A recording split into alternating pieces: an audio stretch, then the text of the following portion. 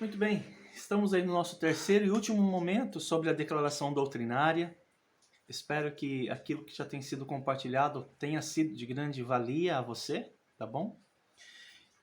Então nós vamos agora para a matéria A Ceia do Senhor, artigo 9º. Cremos de acordo com o ensino das Escrituras que a ceia do Senhor é o símbolo do corpo e o sangue de Cristo e que é realizado em memória da morte do Senhor Jesus Cristo até que ele venha. E que o crente, para recebê-la, deve antes examinar-se a si mesmo, e, estando em condição bíblica, possa participar dignamente dela. Imersão nas águas é o primeiro requisito. Então, quando nós falamos sobre a ceia do Senhor, existem algumas posições a respeito da ceia do Senhor, né? Existe, por exemplo, a ceia praticada pela Igreja Católica, que é chamada a transubstanciação. Existe também a ceia praticada por algumas igrejas evangélicas que se chama consubstanciação. Existe um outro tipo de ceia praticada por algumas igrejas evangélicas que é chamada presença mística. E tem a quarta forma, que é a forma que nós adotamos, que é a ceia memorial, né? Nós acreditamos, pelo registro bíblico, que quando alguém participa da ceia, ao comer do pão e beber do suco ou do vinho, eles não estão comendo e bebendo literalmente o corpo e o sangue de Cristo. É simbólico. O pão é pão e o vinho é vinho, né? É representativo. O efeito ali não é a literalidade do sangue ou do pão, e sim a memória que aquilo se reporta, ao significado daquilo, né? A Bíblia fala que o sangue de Cristo é o sangue da nova aliança. Então, a igreja faz parte de uma nova aliança. Então, quando ela bebe do suco e come do pão, ela está representando que ela participa da morte de Cristo, tá bom? E existem alguns pré-requisitos para participar da ceia. E o primeiro é o batismo em águas, né?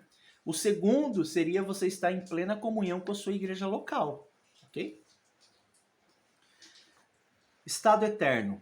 Artigo 10. Cremos que as Escrituras ensinam a ressurreição corporal dos justos e dos injustos.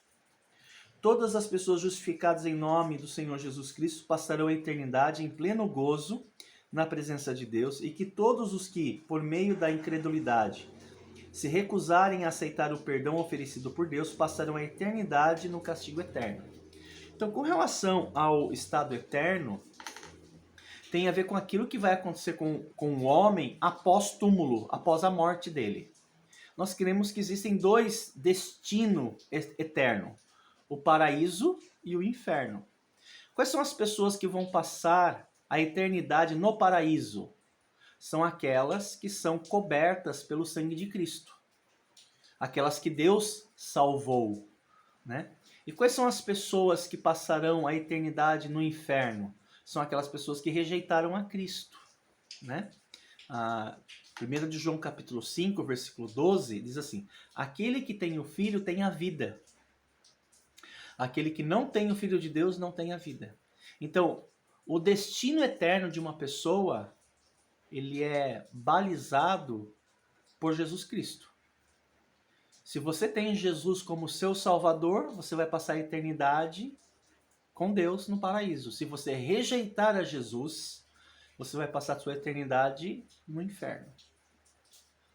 Satanás, artigo 11. Cremos que as Escrituras ensinam que existe um ser pessoal chamado Satanás, o Deus desse século, o príncipe do poder do ar, cheio de toda sutileza e malícia, o qual procura incessantemente frustrar os propósitos de Deus e fazer cair em tentação e no pecado os filhos dos homens, né? Então, Satanás não é apenas uma influência, não é uma personificação. Satanás é uma pessoa, é um anjo caído. E nós sabemos pelo livro do profeta Isaías e Ezequiel que 1/3 dos anjos caíram com Satanás, né? E Lúcifer se torna diabo, né? Opositor, um demônio. E ele existe justamente para frustrar os planos de Deus. Mas Satanás está debaixo direção de Deus também, né? No sentido de que ele não age sem que Deus consinta, né? Ele não é livre, né? E Deus o trata através de rédeas curtas, né? Governo civil, artigo 12. Cremos, de acordo com o ensino das Escrituras, que o governo civil é ordenado por Deus para os interesses e boa ordem da sociedade humana, que devemos orar pelos governantes e magistrados, honrá-los e obedecê-los, salvo naquilo que for contrário ao ensinamento das Santas Escrituras. Cremos na separação completa e absoluta entre o governo civil e a igreja local. Então, com relação ao governo, a igreja ela é apartidária, ela não tem partido. Os membros da igreja têm partido, né? Eles podem exercer o seu voto e tudo mais. Mas a igreja ela é apartidária, né?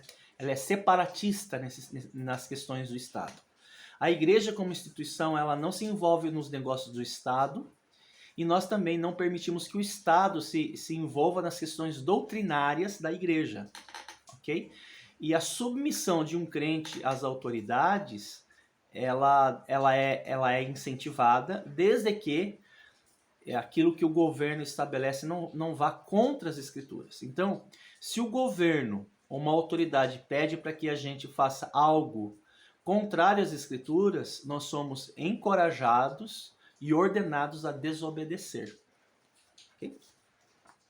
Vida cristã, artigo 13. Cremos que as escrituras ensinam que cada crente, pelo auxílio do Espírito Santo, deve andar no amor cristão e na santidade, demonstrando qualidades de honestidade, integridade, perdão, benignidade e espiritualidade. Cremos que qualquer realização desses casos será manifestada por humildade sincera e zelo genuíno para o progresso da causa de Cristo. Então, uma vez que nós somos cristãos, uma vez que nós somos salvos por Jesus Cristo, nós temos uma nova vida. E essa nova vida, ela nasce a partir da nossa relação com Deus. Na medida em que nós andamos com Deus, nós vamos dar frutos. Frutos. E os frutos nos ajudarão a desenvolver relacionamento com Deus e com o nosso próximo. Então, se você é cristão, você é responsável por dar alguns frutos. Okay? E para a gente terminar, da separação bíblica, né? Número 14, cremos que as escrituras ensinam que o crente deve ser separado em 3 áreas: do mundo, de falsos profetas e de irmãos desobedientes, né? Existe um distintivo batista que é a separação, né? Nós somos separatistas. Nós somos separados do Estado, mas não somente do Estado. Nós também somos separados, nós não comungamos com o mundo, né? Porque a Bíblia fala lá em Tiago 4, que aquele que quiser ser amigo do mundo é inimigo de Deus, né? Então nós somos separados do mundo em que sentido? Das práticas pecaminosas. Nós também somos separados de falsos profetas, nós não comungamos com falsos profetas e nem com irmãos desobedientes, né? Se há algum irmão que está em desobediência à palavra de Deus, nós não vamos desprezá-los, nós não vamos maltratá-los, nós não vamos denegri-los, só que a gente tem um certo limite de relacionamento e comunhão, ok? E para fechar, cremos que as escrituras ensinam que a igreja deve manter separada de todo tipo de pecado e desobediência. Por isso que essa igreja não vai cooperar, não ter comunhão com qualquer outra igreja ou qualquer movimento religioso que está andando em desobediência aos princípios bíblicos, né? Existe um apelo muito forte nos dias de hoje pelo ecumenismo, né? Que é a participação entre igrejas, né? Uma vez que entendemos que esses são os artigos de fé corretos à luz da palavra de Deus, se uma igreja ela não professa esses artigos, nós entendemos que ela não está andando em consonância, em concordância com as escrituras. Então, a nossa igreja, a Igreja Batista Fundamentalista de Arapoti, ela não mantém e recomenda que seus membros também não mantenham comunhão com outras igrejas que não professam a nossa fé. Okay?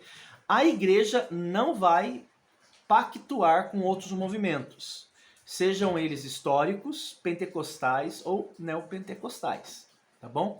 E os membros, eles também serão incentivados a não fazê-lo, né? Porque ao fazer, eles estariam incorrendo ao pecado de estar em comunhão com irmãos que estão em desobediência. E isso é condenado pela palavra de Deus, inclusive lá em Salmo capítulo 1. Muito bem, então aqui nós temos aqui algumas orientações com relação à declaração doutrinária da igreja, né?